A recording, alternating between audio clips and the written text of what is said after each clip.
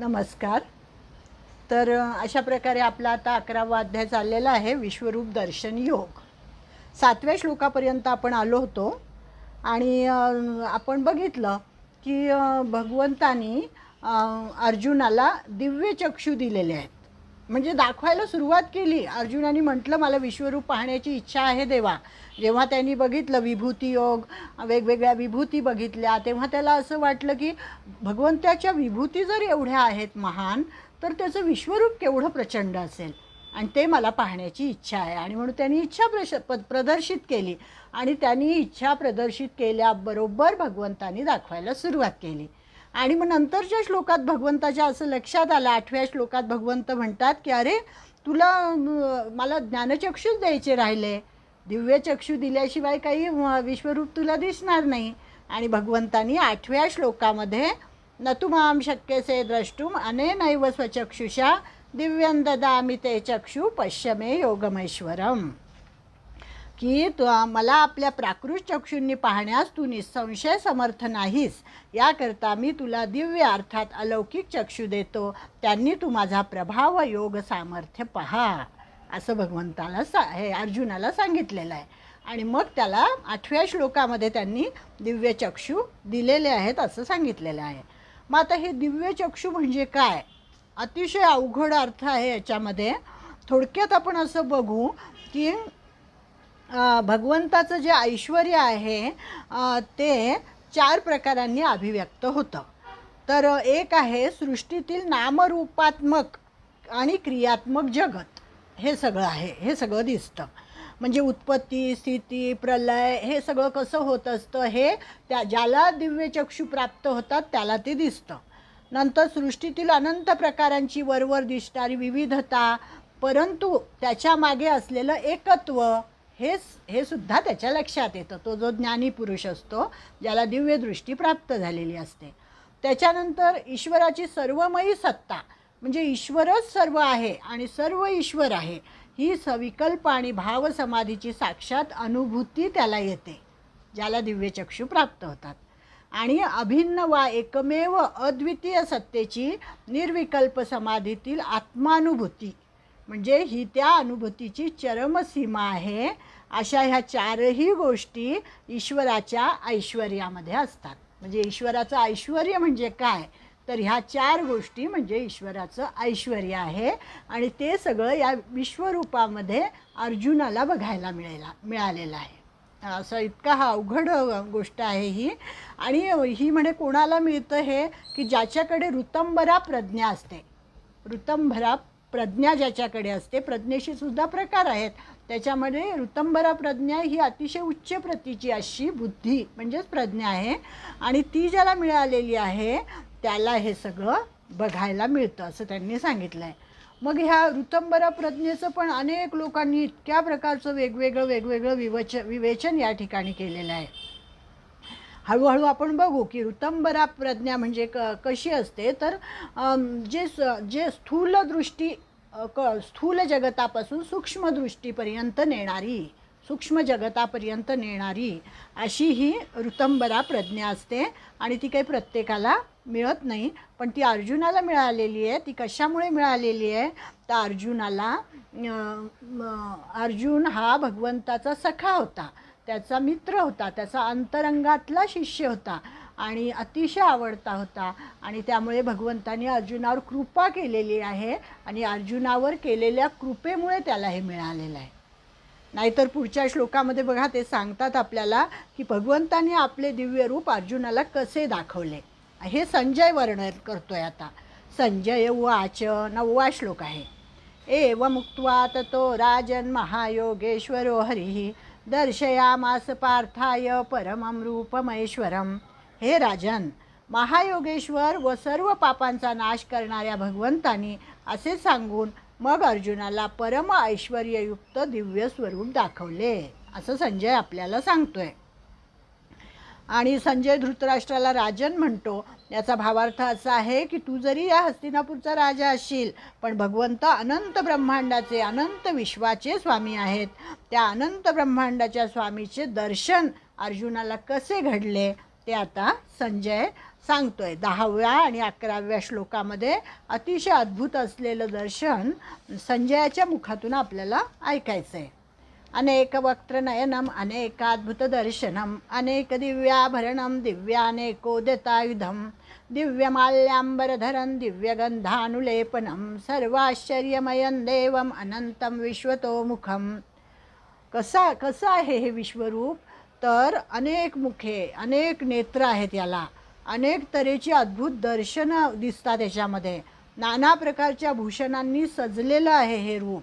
निरनिराळ्या प्रकारची दिव्य शस्त्रे प्रत्येक हातामध्ये आहे, कारण अनेक हात आहेत, मग प्रत्येक हातामध्ये वेगवेगळी शस्त्र आहेत आणि ती उगारलेली आहे, कारण सगळं युद्धाचं वातावरण आहे.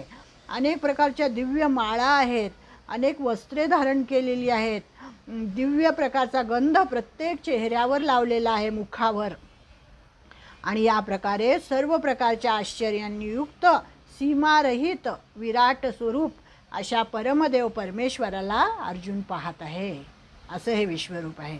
मग आता आपले ज्ञानेश्वर माऊली येतात आपल्या मदतीला. त्यांनी केलेलं वर्णन आपण वाचू, म्हणजे थोडंसं आपण त्या आश्चर्ययुक्त अद्भुत अशा त्या रूपामध्ये थोडंसं रमायला होईल आपल्याला. काय सांगतात ज्ञानेश्वर माऊली? म्हणतात, मृत्यूलाच तोंडे उत्पन्न झालेली आहेत. आता बघा कसं वर्णन आहे. मृत्यूलाच तोंडे उत्पन्न झालेली आहेत, जणू काय भयाचे किल्लेच रचलेले आहेत, प्रलयाग्नीची महाकुंडेच उघडलेली आहेत. अशी अद्भुत आणि भयंकर मुखे शूर अर्जुनाने तेथे पाहिली. ज्या विश्वरूपाचा मार्ग वेदाला कळत नाही, त्या विश्वरूपाची सर्व अंगे अर्जुनाच्या दोन्ही डोळ्यांनी एकाच वेळी पूर्णपणे पाहिली.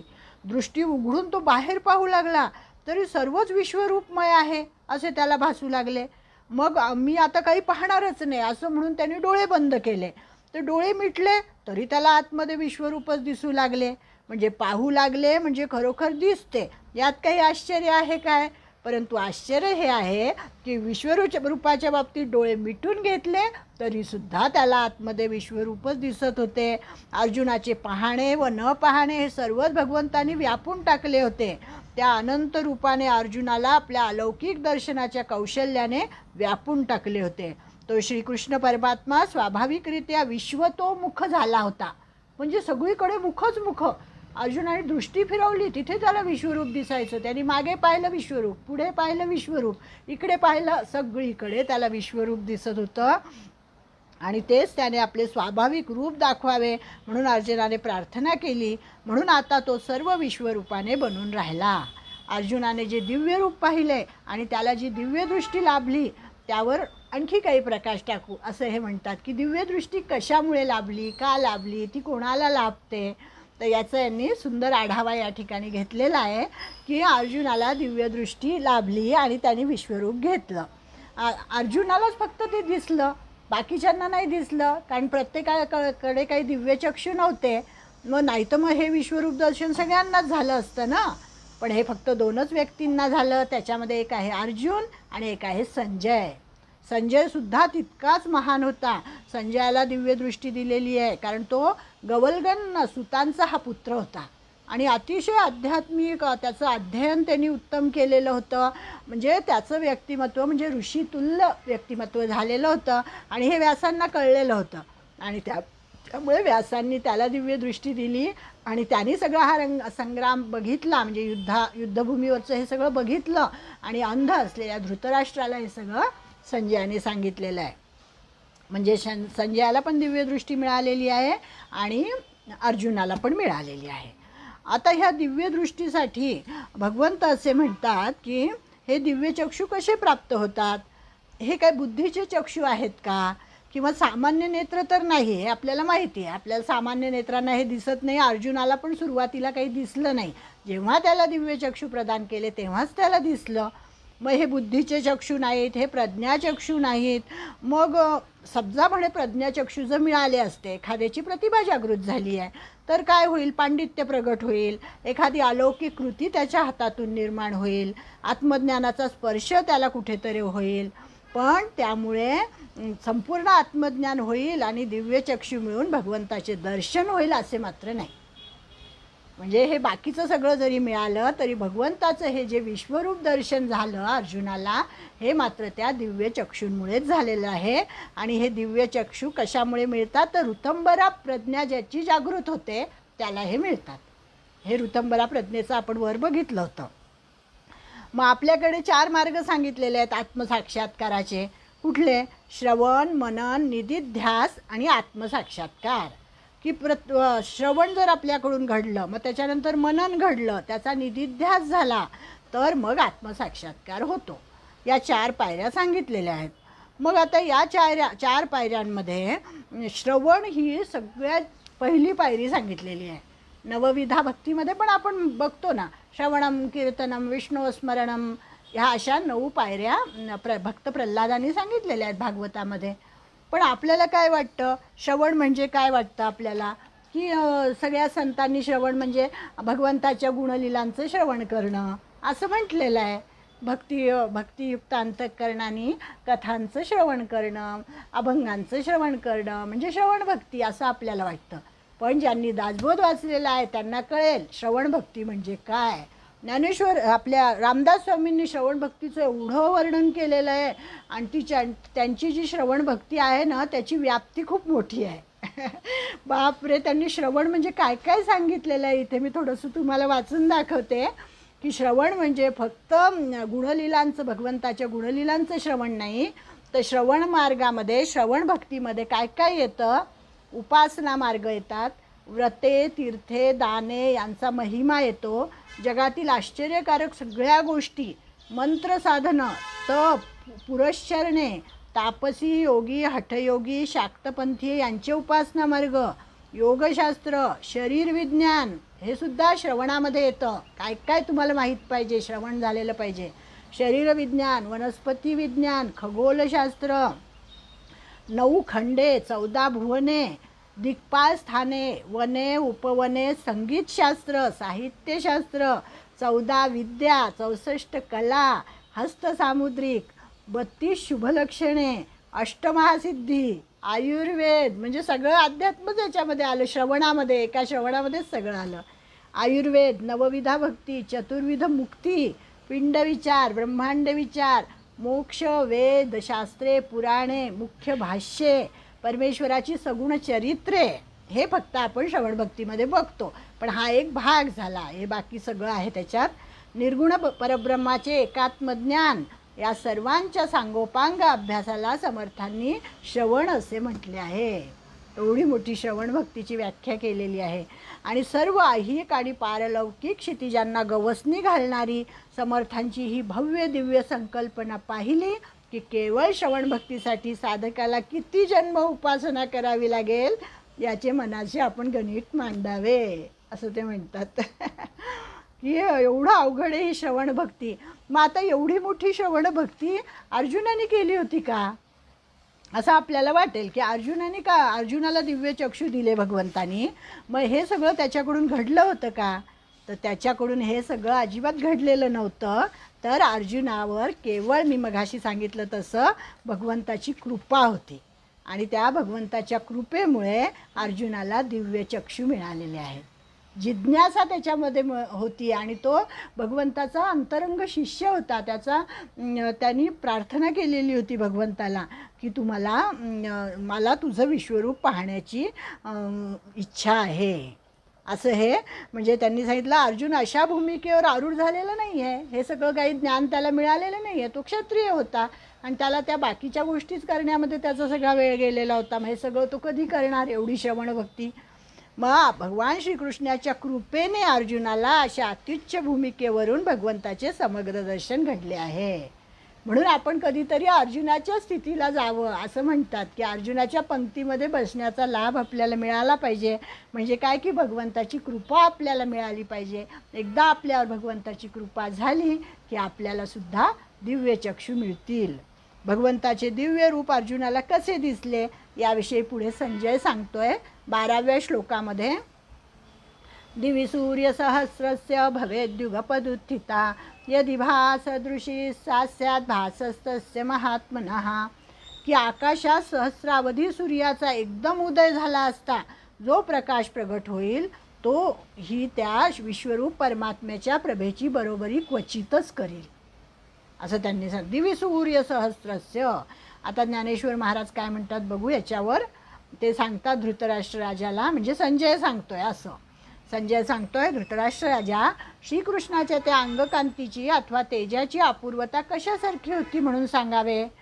तर काहीतरी कल्पना यावी म्हणून मी सांगतो असं ज्ञानेश्वर माऊली म्हणतात की प्रलयकाळी 12 सूर्यांचा जो एकच मिलाफ होतो. आता एका सूर्याकडे आपण बघू शकत नाही, तर 12 सूर्यांचा एकत्र मिलाप होतो.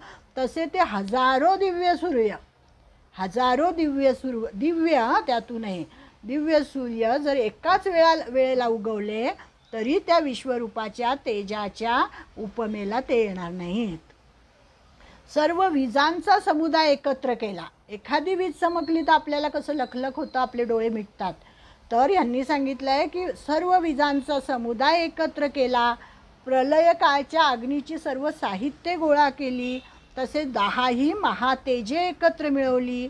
तथापि सर्वांचे हे एकत्र केलेले तेज त्या विश्वरूपाच्या अंगकांतीच्या बरोबरीला काही अल्पस्वल्प मानाने आले तर येईल. म्हणजे उपमा देणं किती अवघड आहे, पण त्यासारखे शुद्ध तर खास असणार नाही. याप्रमाणे महात्मा जे हरी त्यांचे सर्व अंगीचे तेज स्वाभाविक रीतीने फाकत होते, हे व्यासमुनींच्या कृपेने महाराज मला दिसले असं संजय सांगतोय. संजयसुद्धा अतिशय कृतकृत्य झालेला आहे. हे सगळं बघून त्याला अतिशय आनंद झालेला आहे आणि तो म्हणतो की हे सगळं व्यास महाराजांची कृपा आहे. त्यांनी अर्जुनाबरोबर मलासुद्धा दिव्यचक्षू दिलेले आहेत आणि म्हणून मला हे विश्वरूप पाहता येतं आहे असं हे अर्जुनालाही तेच जाणवलं की एकाच वेळेस सहस्रावधी सूर्य आकाशामध्ये उजळून यावेत, एवढं प्रचंड वैभव तिथे प्रगट झालेलं होतं. त्याची प्रभा तेज सगळीकडे एकदम उजळून गेलं होतं. लख्ख प्रकाशाचा लोळ यावा असं झालं होतं. शब्दामध्ये त्याचं अजिबात वर्णन करता येत नाही. अर्जुन म्हणतोय, म्हणजे संजय सांगतोय की अर्जुनाची स्थिती कशी झाली की आणि त्यांनी सांगितलं या ठिकाणी की आपल्याला माहिती आहे की जेव्हा बॉम्बचा स्फोट झाला हिरोशिमा आणि नागासाकीवर, ते प्रकरण आपल्याला सगळ्यांना माहिती आहे. घडलेली घटना आहे की अणुबॉम्ब जेव्हा टाकला या 2 शहरांवर, त्यावेळी बॉम्ब टाकणाऱ्या वैमानिकाला असाच लखलखाट पाहायला मिळाला. एवढं प्रचंड तेज त्या ठिकाणी त्याला पाहायला मिळालं. अणुबॉम्बची निर्मिती ज्याने केली तो ओपेनहॉमर हा प्रख्यात जगद्विख्यात शास्त्रज्ञ, आणि स्फोटानंतर या शास्त्रज्ञाला भगवद्गीतेतला हा श्लोक आठवला म्हणे. त्यांनी वाचलेली असेल म्हणजे भगवद्गीता. आपण म्हणतो ना शास्त्रज्ञ सगळे कसे असतात, ज्ञानी असतात. म्हणजे विज्ञान दृष्टी जरी त्यांच्याकडे असली तरी त्याच्याही पलीकडचं हे जे परमात्म्याचं ज्ञान असतं ह्याच्यावर त्यांचा विश्वास असतो. म्हणजे हा जो ओपेनहॉमर आहे यांनी गीता वाचलेली असावी आणि त्यामुळे त्यांनी म्हणे जेव्हा हा बॉम्बचा स्फोट झाला अणुबॉम्बचा, तेव्हा दशदिशांमध्ये जे तेज उजळून आलं त्याच्यावरून त्या शास्त्रज्ञाला आठवण जर कशाची झाली असेल तर नेमकी या भगवद्गीतेतल्या 11व्या अध्यायाची झाली.